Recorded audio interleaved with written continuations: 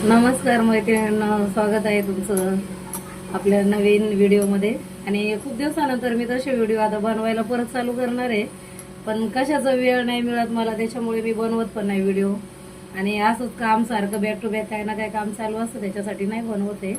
पण आज असं वाटलं की बनवा. आता 2-3 दिवस मी गावी पण गेले, रक्षाबंधनला पुण्याला होते, गावाला नाही.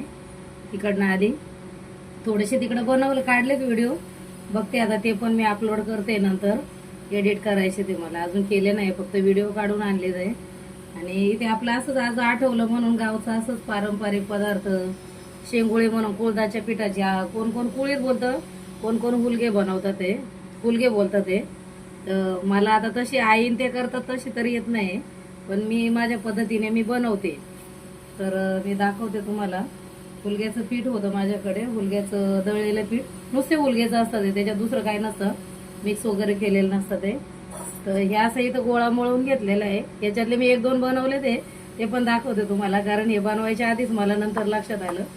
तर मी दाखवते तुम्हाला. हे फक्त हुलग्याचं पीठ आणि त्याच्यामध्ये लालवाल्या सुक्या मिरच्या, जिरं, लसूण आणि मीठ वाटण करून घेतलं, पेस्ट चांगली, आणि पिठामध्ये मीठ टाकून ते मळून घेतलेलं आहे. आणि त्याचे हे असे बनवायचे असतात एकदम पातळ. आता मला वरती नाही येते, त्यामुळे मी इथं प्लॅटफॉर्मवरतीच करते ते. तर मग असे बनवून असे त्याची अशी लाईन बनवून घेते असे, आणि मग मी त्याला असे राऊंड बनवले, तर राऊंड शेप दिलाय असा. आणि नंतर मग त्याला पाणी उकळायला ठेवून त्याच्यामध्ये मी ते सोडणार आहे, एक एक लेअर असा. आता जास्त नाही बनवणार आहे, कारण आम्ही 2च जण आहे, त्याच्यामुळे एवढे लागणार नाही. आता गावी कसे जास्त लोक असतात तर भरपूर पीठ मळतात आणि मग जास्त. पण हे थंडी बिंडीमध्ये असं, आता इथं गरम होते पण गावाला बनवतात हे असं भाजीला, कधी काही नसलं. आणि हे गावच्या ठिकाणी जास्त बनले जायचे पहिले, तर कधी त्याच्याने आजार पण नाही यायचं, काय नाही. हे बघा मस्त असे बनवले ते,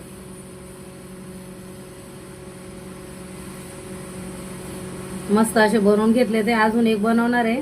आणि इथं कढईमध्ये मी गॅस ऑन करून, पाणी तसं कोमट झालेलं आहे ऑलरेडी पहिलं, पण आता परत पाणी गरम करून थोडंसं तेल टाकून मी हे टाकून घेणार आहे. तोपर्यंत एक अजून हे आमच्याकडे येडा बोलला जातात याला, अजून एक बनवते मी, म्हणजे 2-2 होतील आम्हाला दोघांना. राहिले तरी मग बघूया नेक्स्ट डे, चांगली लागतात ते. आणि नंतर वरतून थोडासा शेंगदाण्याचा कूट टाकायचा याला. सिंपल रेसिपी आहे, पण फक्त बनवायला वेळ लागतो याला, इझी नाही एवढं. तर बनवते मी आता. इथे बघू शकता मस्त असं हे बनवून घेतलंय.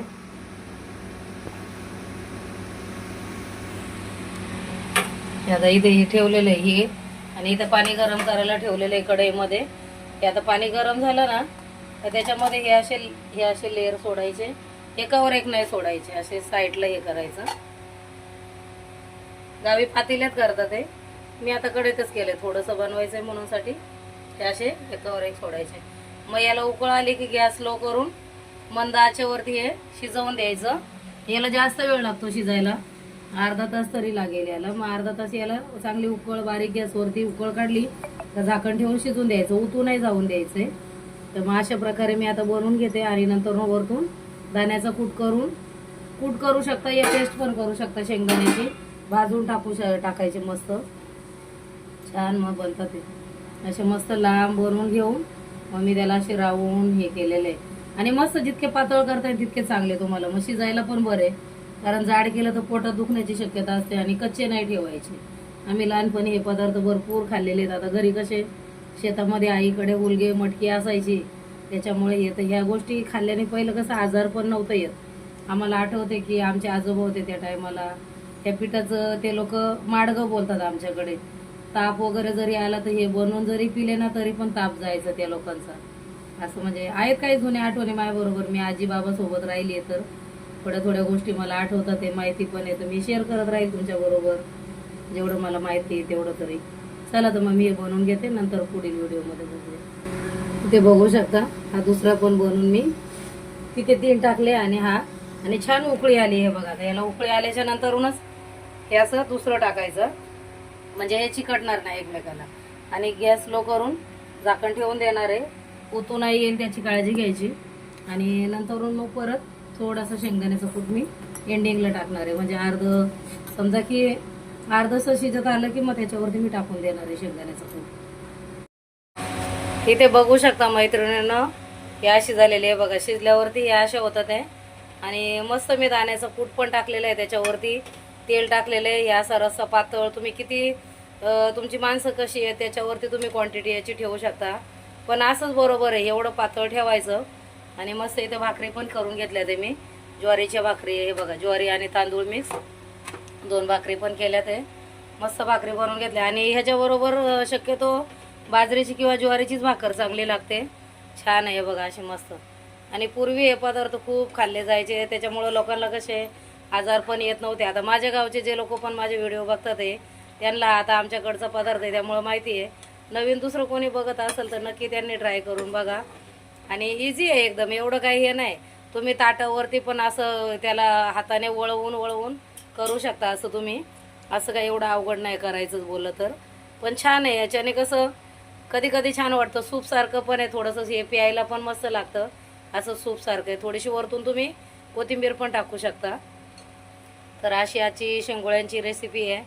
आता पूर्ण व्हिडिओ नाही बनवला आहे मी, पण इझी आहे एकदम. तसं पण मी परत सांगते.